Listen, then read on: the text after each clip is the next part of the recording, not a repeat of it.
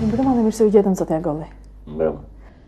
Dhe mirë se u gjetëm pasi sonte jemi të ftuarit e shkrimtarit Detyra Agolli në shtëpinë e tij. Zoti Detyra, shpresoni të kemi drita deri në fund për ta mbaruar rrëfimin ton këtë pazar të premte? Këto 10 ditë zakonisht janë prerë, po sot më duket një shenjë mirë që nuk po priten. Të shpresojmë, do ta vazhdojmë edhe pa drita. Si shpjegohet, keni folur në gazeta, jeni prononcuar për televizionet private, ndërsa 3 vjet hares në televizionin shtetëror shqiptar. Po, zakonisht në këto shtetëroret mua, këto vitet e fundit, të 8 vjet nuk më kanë pasur shumë qef, sepse kam pasur një fat të keq, nuk kam shkuar mirë me përgjegjësa të ndryshme. Edhe në këto 3 vjet? Edhe në këto. Që kanë ndryshuar? Po, nuk, se tek ne vazhdon ai inati i hershëm,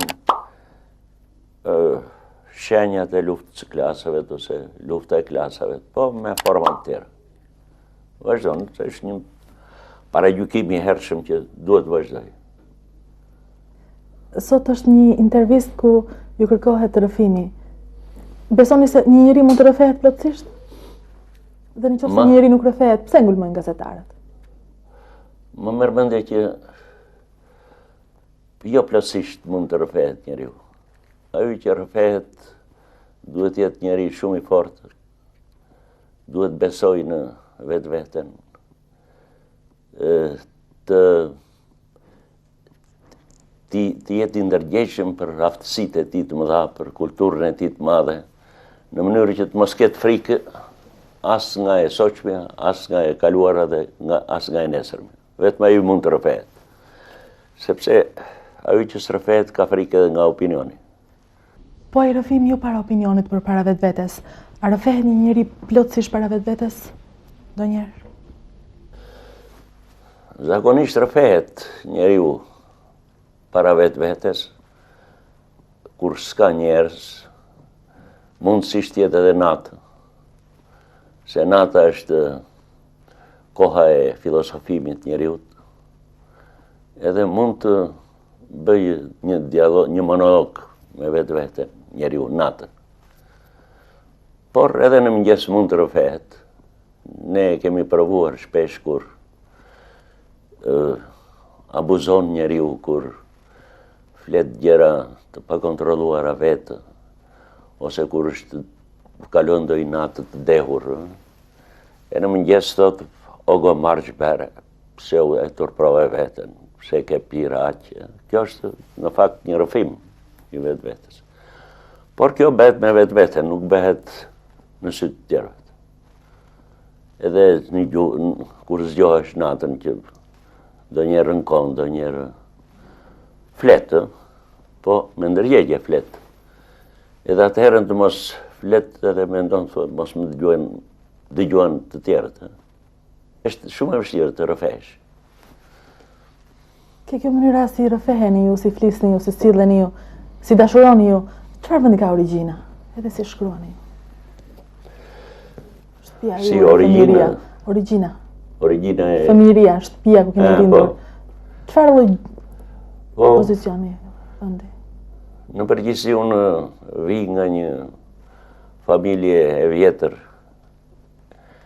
fshatare, nga njerëz që nuk kanë qenë varfanjakë, nuk kanë qenë të varfër, kanë qenë njerëz me një gjendje, njerëz të shëtitur në për botë, megjithëse fshatarë.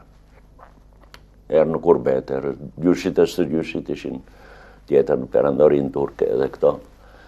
Kështu që ishin të sektit Bektashi. Bektashin të rinin për teqera, në teqe ku vendonin, pinin raki, flisin për poezinë, lexonin vjersha, në infrashin, në zimberatin, betegjin të hershëm, asë Zyko Kamberin, bile dhe Omar Kajamin. Dhe ishin si teqetë në përgjithësi si klube, ku edhe udhëtarët, kur kalonin, vinin, flinin atje. Babaj i teqesi mbante me muhabet, pinin raki, ku vendonin, i hanin të gjitha llojrat e mishrave, nuk kishin qiber si këta muslimant e tjerë, që derin që nuk e hanin edhe këto muslimant. Vetëm lepëri nuk e hanin. Lepëri nuk e hanin sepse, si pas legendës, ajo që vrau Abasalinu kthyen lepër. Dhe po ta hanin lepërin, hanin atë armikun e Abasaliut. Kështu që gjyshit e stërgjyshit e mi nuk hanin lepërin. Ju e hani? Unë nuk besoj në asë një.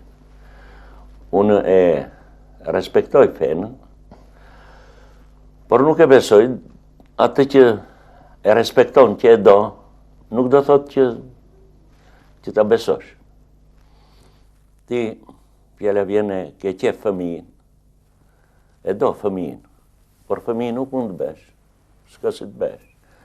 Ne kështu në pëlqen edhe letërsia, fjala vjen në pëlqen Homeri, në pëlqen në Infrashi, në pëlqen Lezgushi, por që të pëlqej nuk do thot që të besh se ju, sepse nuk mund të shkruash do të si në Infrashi, as si Lezgushi nuk mund të shkruash, as si Homeri, se të qeshën të tjerë. Dhe më thënë, po të pëlqej, nuk do thot të ta duhet të besh se ju, apo ta besosh. Në këtë kuptim. Mua më pëlqejnë feja si filosofi kështu, më pëlqejnë ti dëgjoj historirat e saj. Veçarisht më pëlqen legenda apo mithi më i bukur që është se si një engjëll u kthye kundër Zotit, djalli, engjëll ka qenë. Dhe u përzu nga ndej. Kjo është legenda më e bukur e gjitha. Si engjëlli kthehet kundër Zotit. Këto të pëlqejnë, por s'do thot ti besosh. Ti besosh. Nuk besoni te feja apo te Zoti? Ka një Të gjithas besoj as te feja as te Zoti. Ku beson fort? Unë besoj në filosofinë, në ndërgjegjjen e njeriut. Unë besoj te intelekti, te jeta, sepse unë jam intelektual edhe. Si intelektual unë vend dyshim gjitha. Fetari nuk është intelektual, sepse nuk vend dyshim ekzistencën e Zotit. Kurse intelektuali është ai që vep pikpetje për ekzistencën e njëjë. Ndonjëherë kush janë më të dobishëm? Fetarët apo intelektualet?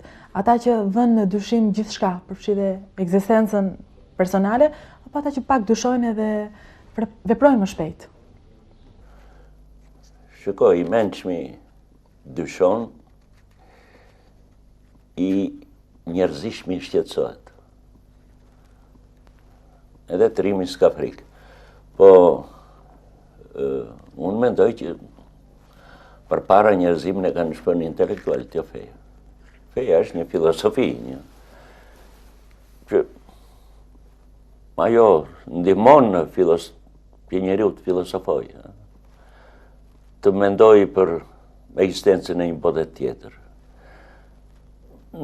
Afrohet poeti me fetarin, se fetari beson në një botë tjetër, kurse poeti beson në një botë tjetër, po të poezisë. Vetëm se ndryshojnë në këtë anë që fetarët besojnë dhe falen kolektivisht, kurse poeti individualisht. Këtu është ndryshim. Kur silni ndërmend adoleshencën, ju vjen në kujtesë